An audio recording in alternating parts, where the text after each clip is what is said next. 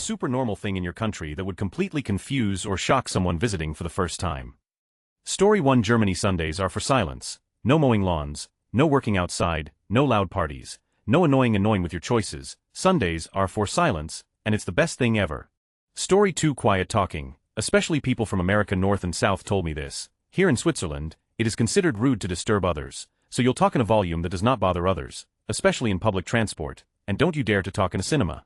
Story 3. Finland. Naked in the sauna. But what if it's in a public pool? Naked, changing cubicle, nope, communal space and communal showers, naked. There are even signs next to the public sauna doors with a picture of a swimming costume and an X over the top.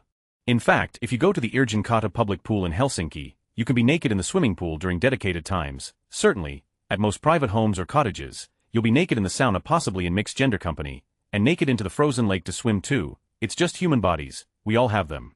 Story 4. Only in America do we treat healthcare like ordering from a mystery menu. You get the treatment first and find out the price never. Hope you enjoyed that 7,000 Band-Aid. Story 5. I'm from Appalachia, and something that always makes outsiders curious is the way we wave to people on the road. Even if we don't know them, it's just a short acknowledgement, a light lifting of the fingers from the steering wheel. It's literally just a sign of respect to your neighbors on the road. Story 6. Dads taking care of their kids. Heard of foreigners asking, what's the deal with all the gay nannies? Apparently, it's easier to assume that men taking care of kids have to be paid for it and gay than to assume that dads are actually parenting. Edit to add country Sweden, and to specify dads taking care of their own babies. It is very common for dads to take parental leave. Story 7. Mate culture. People cannot comprehend how casually Argentines and Uruguayans will share their drink and the one singular straw we drink it from with strangers. Story 8. A woman can breastfeed anywhere and anytime. No worries about covering up, be it public transport, a restaurant, wherever. Baby can even take a rest and the nipple hangs out. We just don't consider feeding your baby as. I know it's shocking to people from the Western world, but it's equally shocking to us that some people, somewhere, consider something as basic as feeding babies, and will refuse a baby's basic needs in public because of this. Story 9. The Midwest goodbye. It's a long process initiated by a knee slap and a whelp, I suppose. It has been known to last hours, and if you navigate it incorrectly you'll be labeled as rude until the day you die. Godspeed trying to navigate that one. Story 10. How often we say, i.e. sick, oi dog. It's a versatile word, means both mate and enemy. Can you guess the country? USA. Tipping. The idea that your meal costs 20 but you're expected to leave an extra 5 just because someone brought it to you, that throws a lot of visitors off real fast. Story 11. Korea. My wife and I have left her Chanel bag, laptops, phones and wallets on the tables, and no one would take it at the cafes or restaurants. That said, we had our umbrella stolen by some kid who confused his with ours, and his mom argued with us. Had my bike stolen too, so umbrellas and bikes get stolen a lot. LOL. Also, real soju, not the stuff you find in other countries that are weak and fruity, will you up so hard and fast before you realize it. Drop bears. Story 12. Itk about the rest of the world, but I think Americans will get shocked that in Brazil not only the vote is mandatory, but you need to prove your identity with an official ID and your digital fingerprints before you do it. We vote through a machine and it only works after it validates your digital. Story 13. Identifying someone based on appearance or pretty much everything is socially acceptable. For example, if you ask someone, hey, who is Mark and where I can find him, it's totally normal to get explanations like the fat guy over there, the skinny dude, the priest-looking one with big beard. Same goes for women, that skinny lady over there, the fat woman with red shirt, etc. Story 14. Our food practices confuse most people until they try them themselves. For example, we put cheese in our hot chocolate and fruit salads, honey on our fried chicken, and we eat a milk and water soup with an egg inside for breakfast. Story 15. Not the case anymore, but up until a few years ago all pubs in Ireland closed on Good Friday. It was good sport seeing the look of utter bewilderment on the faces of stag groups who arrived for a wild weekend in Dublin, only to be faced with every pub closed. Story 16. That we're not trusted to have electricity in bathrooms, but can just step into a road and everything bigger than a bicycle is legally obliged to stop for you. Story 17. If you're at a party and the host invites you to the dining table to eat cake, cookies, whatever, and drink coffee, you have to act like you didn't hear it. After the second call, you can get up and go to the table. Also, FFS, take your shoes off when you step inside. Story 18. Other countries we cross the street weird and you can't make noise on Sundays. America. School shootings, going to debt trying to be educated, or going to the hospital, woof. Story 19. Beaches are free. You won't find weird ropes in the water that won't let you swim past them. There won't be lifeguards watching out for your safety. There aren't cops patrolling to make sure you don't swim at night. There's no guarded entrance to pay a fee to pass. You just lay down your towel and enjoy. You might have to buy a beverage to pay for an existing lounge chair though. Story 20. Amount of well cared for stray cats and dogs. They are part of our daily life. We take care of them as members of our society. You already know where I don't have to tell you. Story 21. The compulsive urge to say please or sorry in every sentence. Naming children after days of the week, elaborate and fun coffin designs. Edit to add using your right hand for everything. Greeting anyone of giving anything with your left is a sign of disrespect, and left-handed people are always catching strays. A weird fascination with boiled eggs. Taking any and all opportunities to dance. Get divorced. Dance. Your father died. Dance. It's the solution to every problem. Story 22. In Israeli, there's a countrywide siren. It goes up and stays up on Memorial Day and Holocaust Day, and when it happens you need to stop whatever you're doing and stand for a minute of silence. If know someone who visited and his hosts forgot to tell him about it, so when he was walking on the street, and the siren suddenly came on and he saw everyone just standing still, he was very confused. Story 23. Americans seem very confused by our weather in the summer. I have seen so many of them coming with skis when it's boiling hot in July. Also the picturesque nature everyone wants to see isn't really near many of the cities. Story 24. Finland. In tethers you keep the noise minimum so you don't disturb others. No shouting, no phones, talk bare minimum. Laughing is fine if you don't overdo it. If you manage to disturb others, you either get death stared or asked to stop. One woman was crying very loudly, and I mean loudly, the whole Marvel Endgame movie, and you could hear people getting pissed off by her. I did too. She was asked to cry with less volume. That's why I love movie tethers here. It's a place to relax and forget about worries. Just a quiet dark room with no social media. Get your phone out for too long and people will shout put that phone away or leave. I have seen it too many times. Story 25. US. Your employment is your identity. One of the first 3 questions someone asks in a social situation: what do you does Hasha do for a living? You become Steve the accountant or Mike the welder or Ted the writer. Any hobbies or interests outside of your workplace second to your profession. You're your work. Work defines who Americans are. Story 26. Argentina. There's an old tradition where if you see a kid lost on the beach, you pick them up on your shoulders and walk along the beach clapping. People who see this should clap too, so the parents have an easy way to find the kid. Also, we kiss on the cheek among friends, even guys. I have a little story about this. My wife used to work for a big US company. One time, her female colleague and her colleague's husband, who was the boss to both of them, came to our country for an audit or something. We invited them to dinner, and when I met them, since for me it was a social thing, I kissed them both. I did notice the guy. He is a comically huge Irish guy. In 1-8M and had to stand on tiptoes to kiss him. Kind of froze, but I didn't think much of it. My wife told me a few days later that the boss had used me as an example during one of those corporate things they do about culture clashes. He also mentioned I had been the first man to kiss him, and that his wife scolded him at the time with a "don't be a baby about it, it's their way." We met them again a few months ago. I grinned and asked him if I could kiss him again. Maybe a little one was his answer. Absolute awesome guy, funny, and clearly a man of the world. 1010 would kiss again. Story 27. That gay people have the same rights as straight people. Also how progressive my country is when compared to others. And that it's not a new thing. I grew up with many of the things already being written into law, and I viewed it as normal. Story 28. Tea for every possible meal you could have in a day. Breakfast. You drink tea. Lunch. You drink tea. Random snack. You drink tea. The custom is if someone offers you drink it. And no, I'm not British.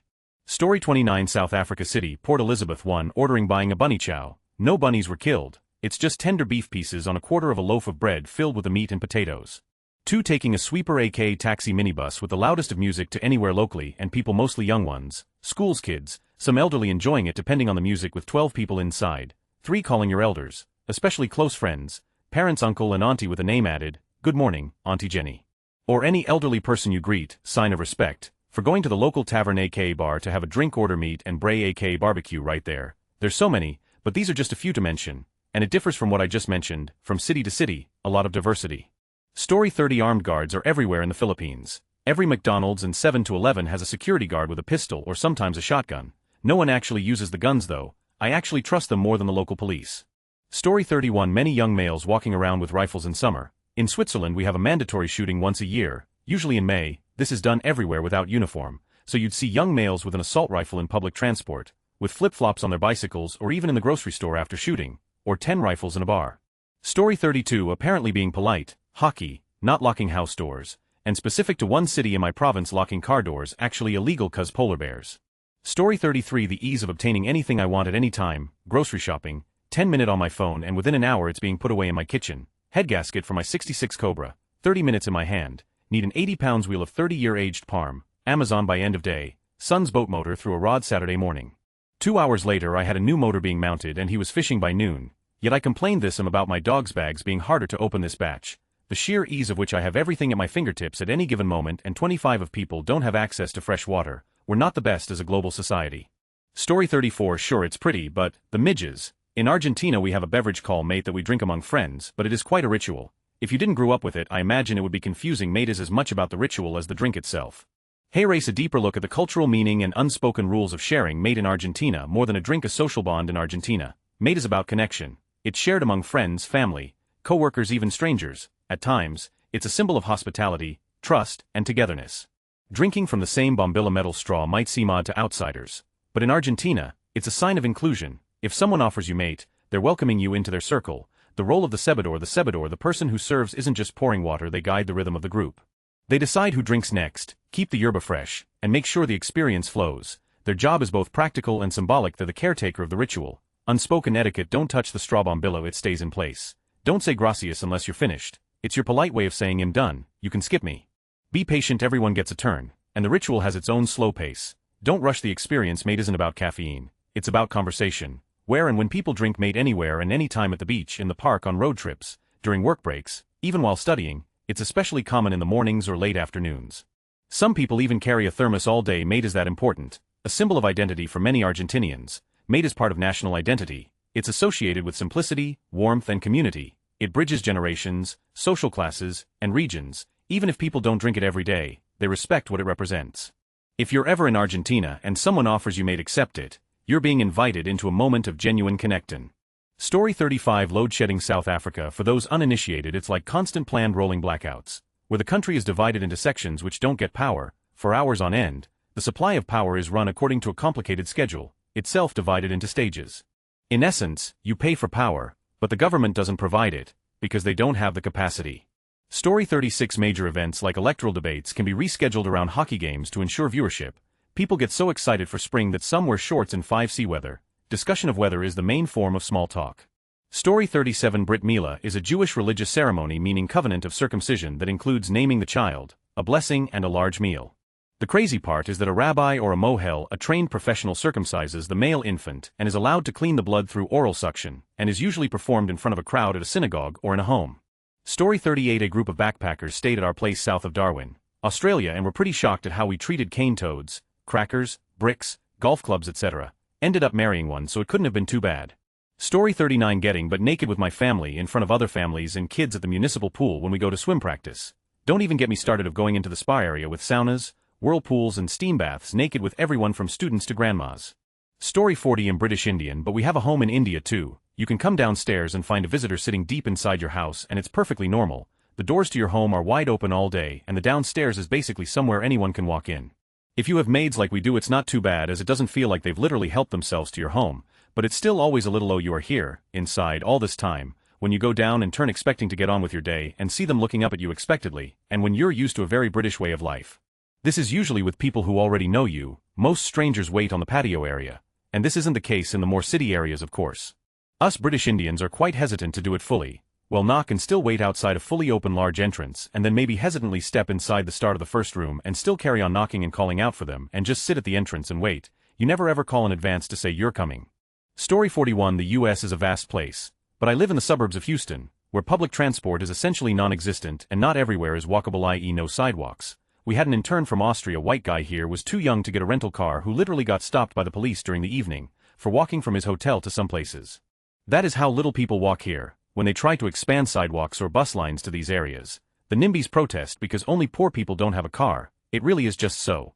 Story 42. Eating 300 g of melted cheese with nothing else than bread or steamed potatoes and pepper. No meat, no veggies, maybe pickles are okay, no other dish, just the cheese alone, and white wine.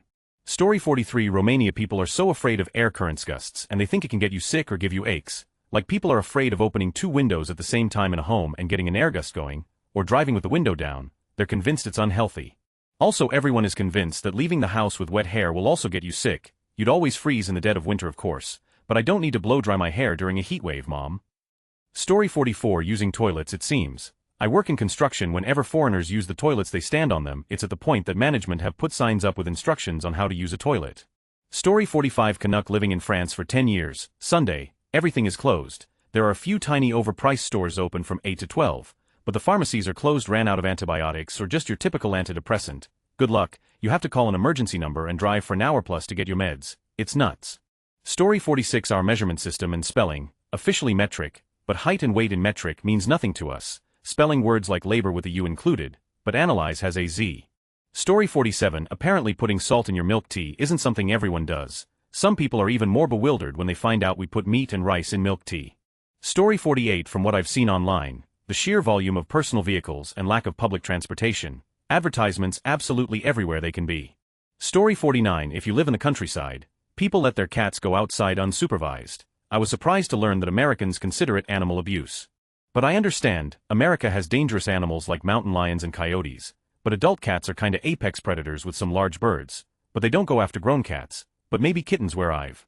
Story 50. A TV ad for prescription medication with a happy family playing volleyball on a tropical beach on a sunny day as gentle guitar music plays with a monotone, fast-paced voice saying side effects may include death, dysentery, diarrhea, depression, and diphtheria. Story 51. Chile. If the ground shakes and it's less than a 7 in the Richter scale, we just keep doing what we're doing.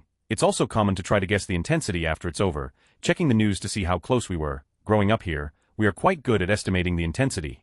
An anecdote: when the ceremony to change president from Bachelet to Pira 2010 was ongoing, there were 3 earthquakes, 7, 2, 6, 9 and 6, 0 Richter. Foreign presidents were freaking out. Chilean were chill. Hey, race a link with interviews to foreign diplomats and presidents afterwards.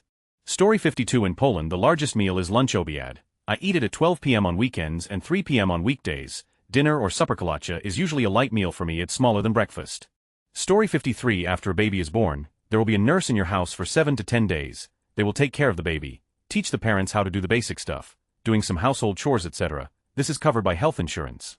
Story 54. Netherlands, droppings. And no, I'm not referring to poo. It's where you put a bunch of blindfolded kids in a car, drop them in the middle of nowhere without phones, and tell them to find their way back on their own. Usually there's an adult coming with the younger kids, but they don't help.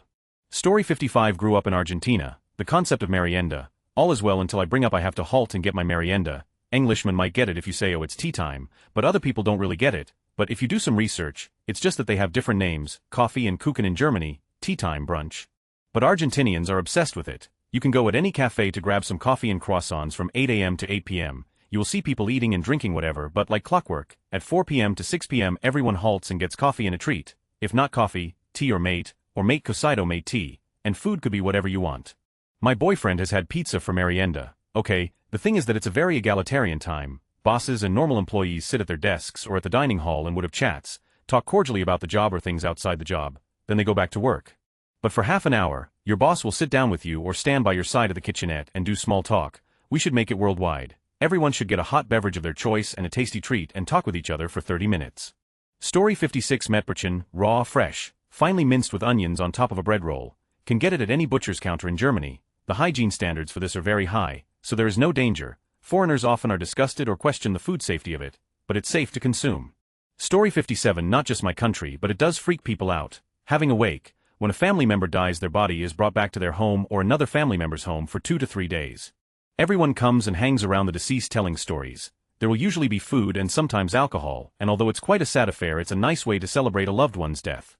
It's not the weirdest thing, but it's a culture shock to anyone who hasn't experienced it before. Even the fact that it's an open casket affair freaks people out. Story 58. Casual use of cunt. It's not just the UK, Aussies and New Zealand seem to use it casually too, but it's a fighting word in lots of other places when I might use it to describe a kettle.